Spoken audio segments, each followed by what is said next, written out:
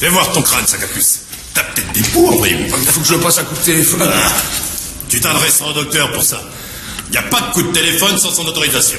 C'est très important. Je vais te dire, moi, ce qui est le plus important, c'est que t'arrêtes ça. Et tu te détends, d'accord? On s'entendra à merveille si t'es bien détendu.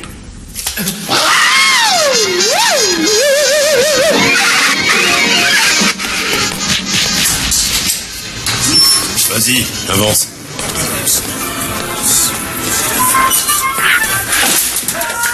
Hey, Goïs! Oh, Goïs! Jeffrey! Goïs! Quoi? Viens voir. Lui, c'est James. Rends-moi un petit service. Mets-le un peu au courant des habitudes de la maison. Montre-lui la télé, les jeux et tout ça, d'accord? Combien tu me payes pour ça? Combien? C'est ton boulot, ça. Combien? 5 000 $. Je peux pas te dire mieux, ça te suffit? 5 000. Je les ferai virer sur ton compte. Va pour 5 000 $. 5 000 $. 5 000 $. Je vais faire le tour de panoramique. C'est bien. Fais le con, ça les rassure. On est potes, hein? Toi, prisonnier? Non, toi, gardien, c'est vrai. Là, d'accord. Ouais, bien. De la joie et de la bonne humeur. Alors là, t'as les jeux, et là... Dégage! C'est mon fauteuil. Jeux, ours sans peluche, d'autres jeux qui aimeraient bien sortir de leur cage. Tiens, encore des jeux. Des jeux pour te légumiser. Regarde. Hein? Comme si tu te bourrais volontairement de tranquillisants.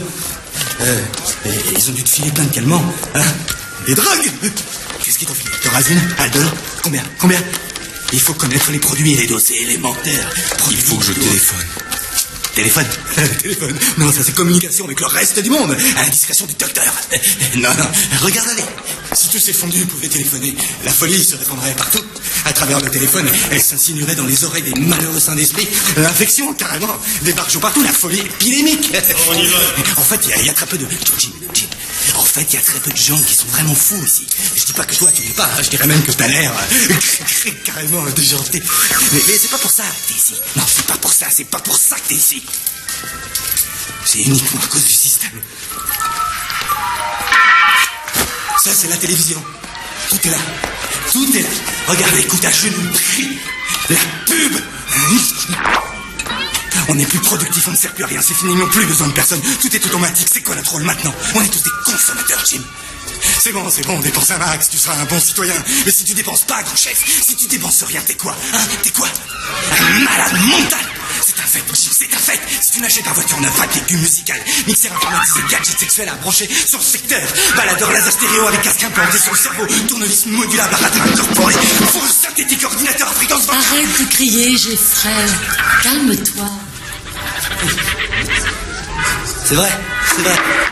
Vous êtes très attirante. Bon, alors, si tu veux regarder une émission de télé, je sais pas moi, La Petite Maison dans la Prairie, par exemple, tu vas voir l'infirmière et tu lui dis le jour et l'heure à laquelle passe l'émission qui t'intéresse. Mais il faut lui dire avant l'heure à laquelle passe l'émission. On a eu un malade, il demandait à chaque fois à regarder une émission après qu'elle soit passée. Oui, non, il faut toujours demander avant.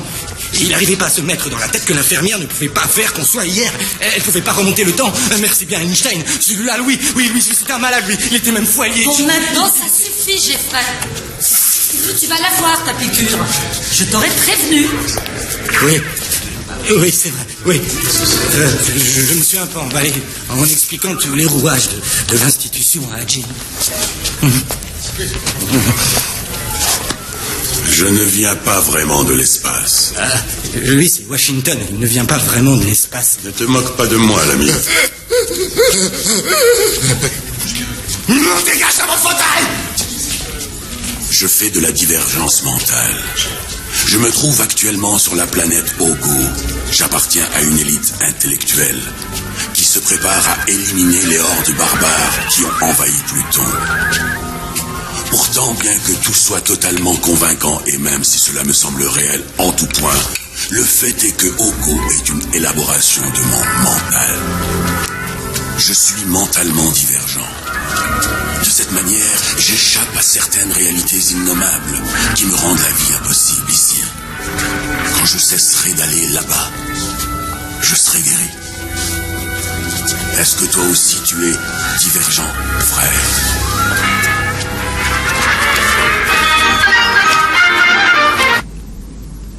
C'est un asile de fous ici. Je ne suis pas fou. Nous n'employons pas ce mot, fou, Monsieur Cole.